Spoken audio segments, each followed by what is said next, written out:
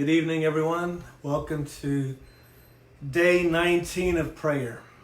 Today is another day that we get to go to God together. There's something special about praying together. Today's devotional, I'm titling it The Romance of Prayer. Maybe because I'm a hopeless romantic, maybe because I'm touchy-feely. I like the idea of being close to God. So I'll hear people talk about having intimacy with God. When we talk about having intimacy in the flesh, it's very, very personal.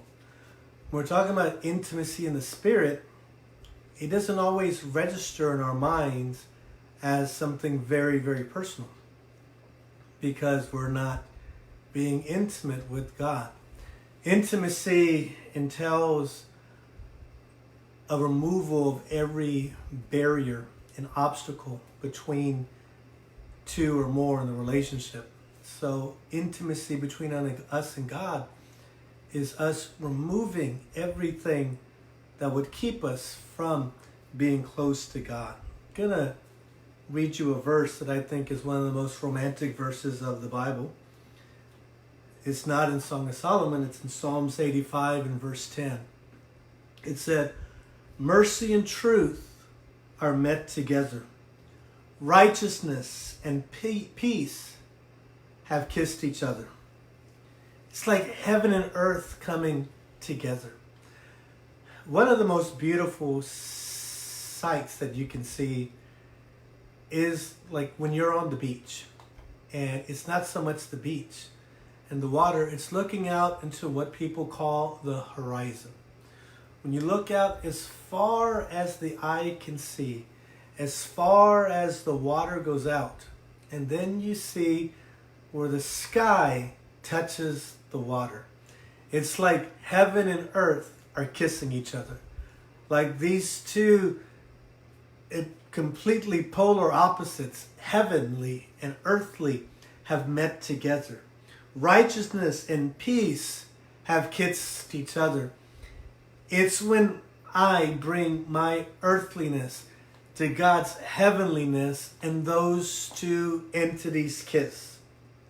Where does this kiss transpire, take place? But in prayer. But not any kind of prayer. Prayer that happens with just me and God. Just the Lord Jesus Christ himself. That's why it's important to have a closet of prayer. To be able to pray to God and tell him anything and everything. That's how you develop a relationship. Sometimes people get confused in their relationships because they overshare. They share things with somebody who's not going to be their spouse, and they begin to share secrets and fears and, issues and things they've gone through, and it brings them close together.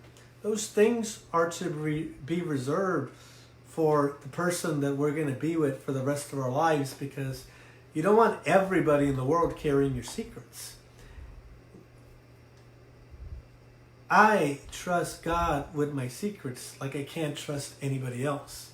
He is the one that knows everything about me and still loves me. And I can tell him anything and everything and say anything to him. And he will hear me and he will understand. Even when I'm wrong, even when I am erroneous, the Lord still understands.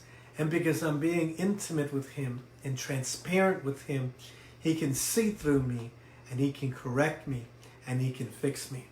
I want you to learn to pray intimate prayers to God, to be able to talk to him like you can't talk to anybody else, to be so close to him.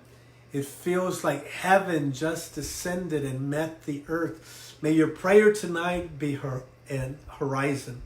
May your prayer be tonight heaven meeting earth, not just meeting, but kissing intimately close to God in your prayer this evening.